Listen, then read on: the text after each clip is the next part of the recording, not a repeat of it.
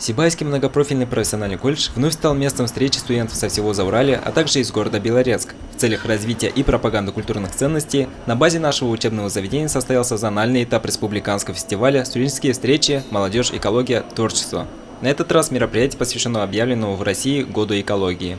Этот конкурс мы впервые возобновили после года в простое, скажем, в 2006 году. И тогда эту эстафету принимал город Сибай. Мы дважды провели, это в 2006 году, в 2007 году. И вот прошло 11 лет.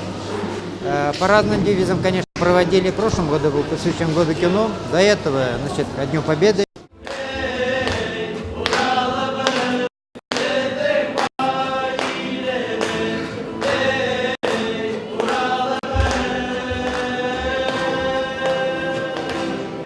На сцене студенты средних профессиональных учебных заведений раскрывали свои творческие таланты, а также демонстрировали жюри свои знания и умения в области экологии. Основная часть зонального этапа фестиваля проходила в актовом зале многопрофильного колледжа, где конкурсанты устроили для присутствующих настоящее представление.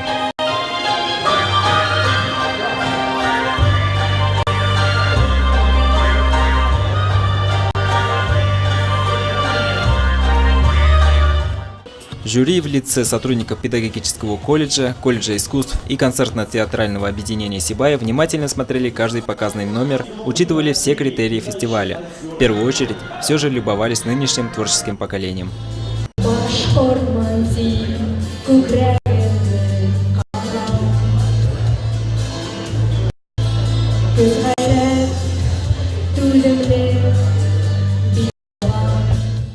По результатам голосования ответственного жюри, третье место разделили команды Сибайского колледжа строительства и сервиса и Белорецкого металлургического колледжа.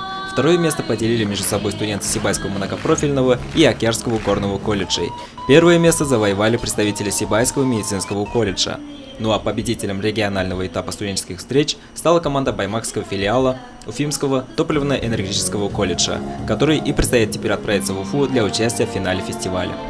Данила Алибаев, Нияз Мирхайдаров, Алик Кадыров, Гульгина Рискилина, телекомпания СТВ.